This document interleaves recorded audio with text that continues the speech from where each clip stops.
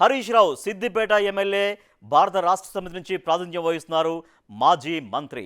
తెలంగాణ రాజకీయాల్లో సిద్దిపేట నియోజకవర్గానికి ప్రత్యేకమైన స్థానం ఉంది. ఇక్కడ గతంలో మాజీ ముఖ్యమంత్రి కేసీఆర్ ప్రాతినిధ్యం వహించారు. ఆ తర్వాత హరీష్ రావు అక్కడి నుంచి వరుసగా గెలుస్తూ వస్తున్నారు.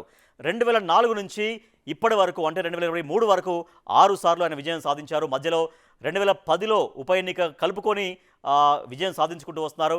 గత 40 ఏళ్లుగా ఇక్కడ కేసీఆర్ కుటుంబం ఆయన బంధువులు కాకుండా వేరే ఎవ్వరూ గెలవలేకపోయారు. 1983లో తొలిసారి కేసీఆర్ అక్కడ ఓడిపోయాక పట్టుదలగా స్ట్రాంగ్గా పనిచేసి ఒక బలమైన బేస్ ఏర్పాటు చేసుకున్నారు. ఇక అప్పటి నుంచి వెనుదిరిగి చూసుకోలేదు. గత ఎన్నికల్లో హరీష్ రావు కాంగ్రెస్ అభ్యర్థి పూజల హరికృష్ణ పైన విజయం సాధించారు. ఆయనకు వచ్చినటువంటి ఓట్ షేర్ ఎంత అంటే 58.17% ఓట్ షేర్తో ఆయన విజయం సాధించారు. ఆయనకు వచ్చినటువంటి మెజారిటీ ఒక బంపర్ మెజారిటీగా కనిపిస్తుంది. 82,308 ఓట్ల బంపర్ మెజారిటీతో ఆయన విజయం సాధించారు. మరి సిద్దిపేట నియోజకవర్గంలో హరీష్ రావుకు జనాదరణ ఈ సమయానికి ఎట్లా ఉంది? పెరిగిందా, తగ్గిందా? పనితీరు పైన ఎటువంటి చర్చ సాగుతోంది? జనం ఎటువంటి ఒపీనియన్తో ఉన్నారు?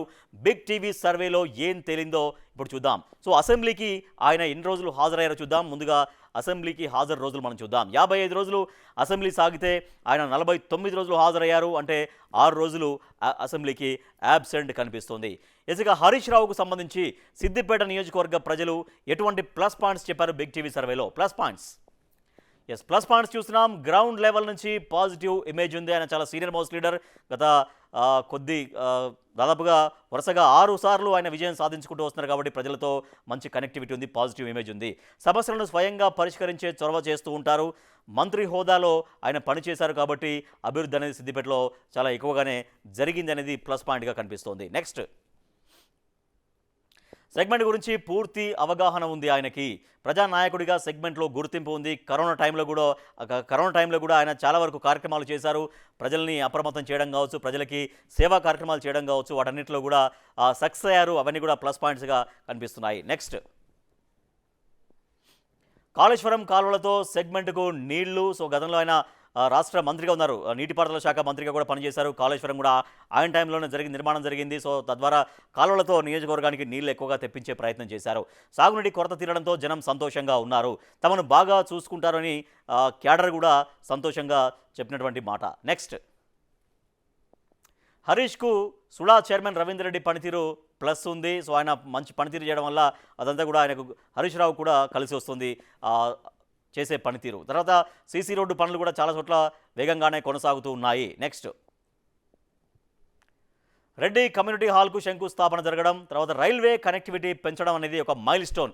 Manoharabad to Kothapalli railway line అనేది ఆయన హయాంలో అది చాలా వరకు పురోగతి సాధించిందని చెప్పొచ్చు. సో రైల్వే లైన్ సిద్దిపేటకు కావచ్చు, ఆ ఏరియాకు రైలు కూత వినిపించడంలో హరీష్ రావు చేసినటువంటి చొరవ, ఆయన కృషి అనేది కూడా ప్లస్ పాయింట్గా కనిపించింది. ఇక మైనస్ పాయింట్స్ ఏంటి? హరీష్ రావు గురించి ఎటువంటి మైనస్ పాయింట్స్ చెప్పారు బిగ్ టీవీ సర్వేలో? మైనస్ పాయింట్స్ చూద్దాం. మధ్యస్థంగా జనానికి అందుబాటులో ఉంటారు అనేది ఒకటి. అంటే సరే, కొంతమంది చాలా వరకు కలిసే ప్రయత్నం చేసినా కూడా అందరికీ అందుబాటులో ఉండడానికి కొంచెం ఇబ్బంది అవుతుందనేది మైనస్ పాయింట్స్గా కనిపిస్తున్నాయి.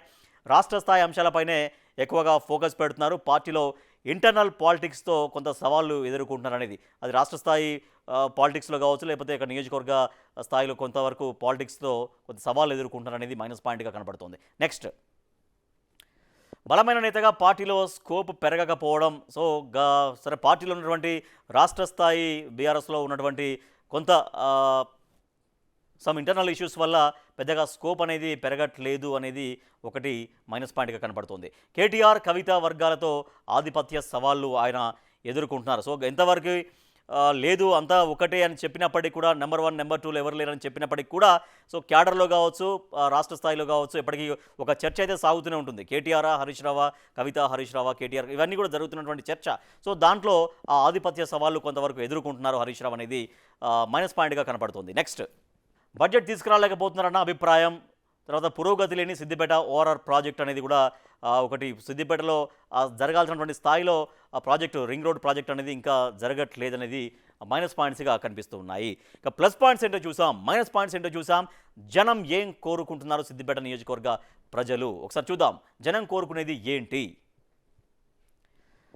వెటర్నరీ కాలేజీ మళ్ళీ తీసుకురావాల్సినటువంటి అవసరం ఉంటుంది. సో అది వచ్చినట్టే వచ్చి అది మళ్ళీ కొడంగల్కి తరలి వెళ్ళింది. సో అక్కడ మళ్ళీ దాన్ని తీసుకురావాల్సినటువంటి అవసరం ఉంటుందనేది ఒకటైతే 1000 బెడ్స్ హాస్పిటల్లో వసతులు కల్పించాలి ఒకటి, తర్వాత వైద్య సిబ్బంది పరికరాల కొరత కూడా తీర్చాల్సినటువంటి అవసరం ఉంటుంది. ఇవన్నీ కూడా జనం కోరుకుంటూ ఉంటున్నారు.